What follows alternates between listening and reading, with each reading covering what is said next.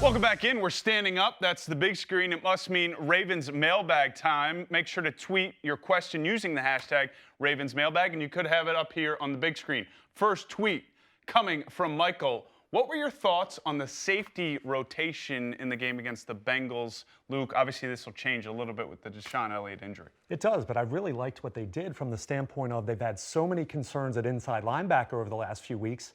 Take them off the field in obvious passing situations. So we saw Chuck Clark, we saw Anthony Levine playing in the box. They brought Deshaun Elliott back to play safety next to Earl Thomas. It worked out well.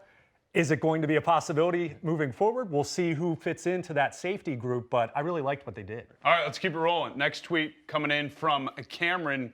Mink, what will the defense do to stop Russell Wilson in the Seahawks offense? Pretty basic, but a tough question to answer. I mean, Russell Wilson's the MVP candidate, so it's not going to be easy. I look at the Seahawks offense a lot like I look at the Ravens offense. You have to stop the run first. Chris Carson, their running back, is 5th in the NFL in rushing yards. It has to start there. You get Russell Wilson in 3rd, 2nd and longs.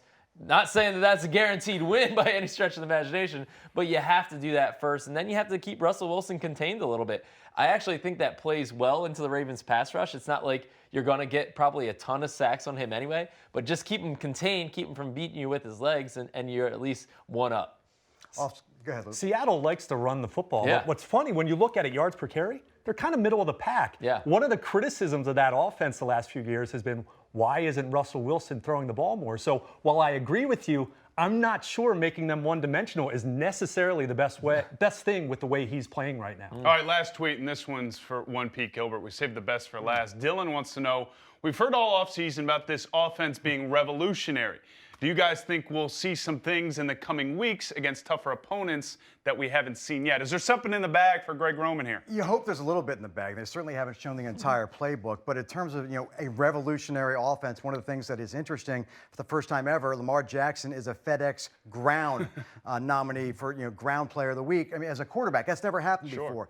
When they can have an offense that is built around like it was a week ago, where you want him to run the ball 17 times, 2 kneel downs, or you can have it like Miami, where he can barely run and throw the ball down the field.